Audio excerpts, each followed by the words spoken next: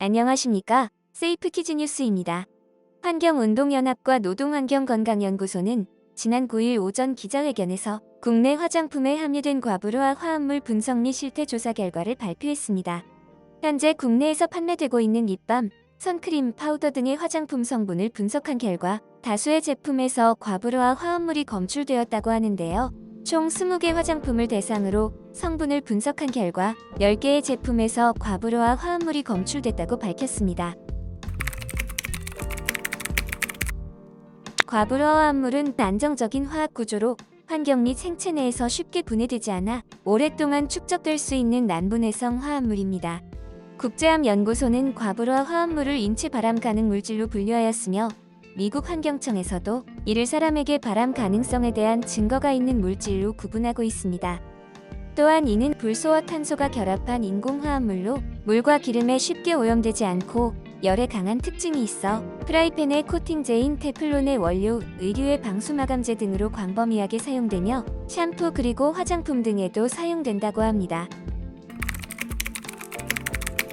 국내 화장품에서의 과부로와 화합물의 검출 비율은 어떻게 나왔을까요? 실태 조사 결과에 의하면 과부로와 화합물이 검출된 비율은 립 메이크업 제품, 자외선 차단제, 메이크업 베이스, 팩트 파우더 순으로 높았으며 자외선 차단제의 경우엔 다른 제품군들에 비해 높은 수치를 기록하였습니다. 그렇다면 과부로와 화합물에 노출된다면 어떻게 될까요?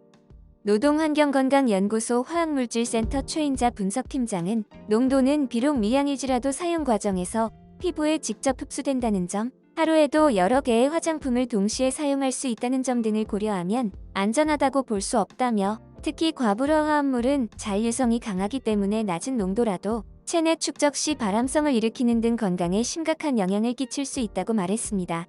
만일 이가 지속해서 체내에 축적될 경우 간 손상과 호르몬 교란, 신장암과 고환암을 발생시키고 눈과 피부에 자극 또는 손상을 일으킬 뿐만 아니라 태아에 영향을 끼칠 수도 있으며 심지어 6세 미만 어린이의 갑상선 기능에도 나쁜 영향을 준다는 연구 결과가 발표되었습니다. 서울의대 환경보건센터는 환경 유해물질의 노출이 소아기 성장 발달에 미치는 영향을 연구하기 위해서 2세, 4세와 6세의 어린이 660명을 대상으로 과부로와 화합물 농도와 갑상선 기능 검사의 상관관계를 검사해본 결과 연구에 참여한 유아들의 90% 이상에서 과부로와 화합물이 검출되었으며 과부로와 화합물의 농도가 높을수록 갑상선 자극 호르몬은 감소하고 갑상선 호르몬은 증가하는 경향을 보였습니다.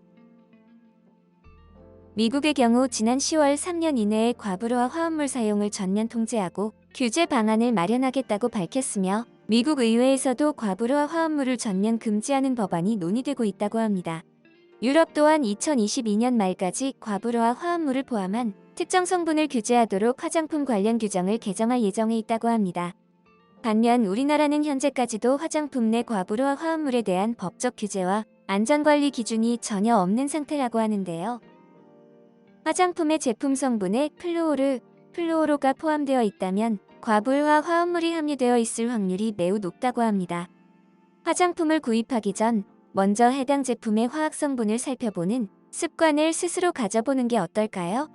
나와 어린이들을 위한 건강하고 안전한 사회가 되는 그날까지. 지금까지 세이프키즈 코리아였습니다. 감사합니다.